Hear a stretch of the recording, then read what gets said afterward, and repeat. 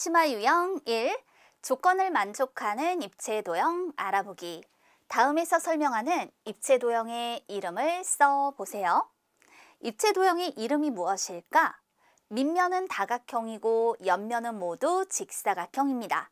모서리는 24개입니다. 밑면이 다각형이다. 그러면 각기둥 또는 각부를 생각해 볼 수 있을 텐데 옆면이 모두 직사각형이기 때문에 이건 각기둥에 해당이 돼요. 그렇다면 이 각기둥을 우리가 네모각기둥이라고 생각해 보도록 할게요. 네모각기둥의 모서리가 24개라고 했어요. 그러면 이런 문제에서 가장 중요한 핵심은 입체 도형에서 옆면의 모양을 구분하고 또 한 밑면의 변의 수를 확인하여 꼭지점, 면, 모서리의 수를 구할 수 있느냐라는 거죠. 그래서 네모각기둥이라면 각기둥이니까 옆면의 모양은 직사각형일 거고요. 각기둥에서 한 밑면의 변의 수는 바로 요 네모각기둥에서 요 네모에 해당하는 수가 되죠. 이때 꼭지점의 수는 한 밑면의 변의 수 곱하기 2, 면의 수는 한 밑면의 변의 수 더하기 2, 모서리의 수는 한 밑면의 변의 수 곱하기 3으로 구하면 돼요. 만약에 각불이었다면 세모각불의 옆면의 모양은 삼각형이고 밑면의 변의 수는 바로 요 세모개가 되는 거예요. 이때 꼭지점의 수는 밑면의 변의 수 더하기 1, 면의 수는 밑면의 변의 수 더하기 1, 모서리의 수는 밑면의 변의 수 곱하기 2로 나타내주면 됩니다. 자, 그렇담 이 네모각 기둥에서 모서리의 수는요. 한 밑면의 변의 수 곱하기 3인데 이게 24예요.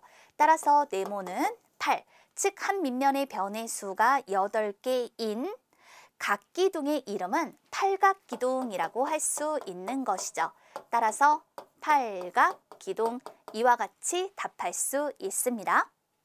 이 문제는 어때요? 역시 설명하는 입체 도형의 이름을 써볼 건데 밑면은 다각형으로 한 개이고 옆면이 모두 삼각형입니다. 우리는 이런 특징을 갖는 것을 각불이라고 하죠. 그런데 어떤 각불인지 몰라요. 각불의 이름을 몰라서 세모각불이라고 해볼 거예요. 그런데 이 세모각불의 모서리가 18개라고 얘기를 하였어요. 세모각불의 모서리의 수는요. 이때 이 세모에 해당되는 수를 생각해 볼게요. 이것이 밑면의 변의 수예요. 따라서 밑면의 변의 수 곱하기 2가 모서리의 수가 된다. 세모 곱하기 2가 18이면 세모는 9가 되겠죠? 즉 밑면의 변의 수가 9개이면 밑면의 모양은 구각형, 따라서 각불의 이름은 구각불. 이와 같이 이름을 표현해 볼 수 있겠습니다. 하나 더 볼게요. 다음에서 설명하는 입체 도형의 이름을 써보세요 라고 했어요. 밑면은 다각형이고 옆면은 모두 직사각형입니다. 이때 모서리의 수와 꼭지점의 수의 합은 30입니다 라고 얘기했습니다.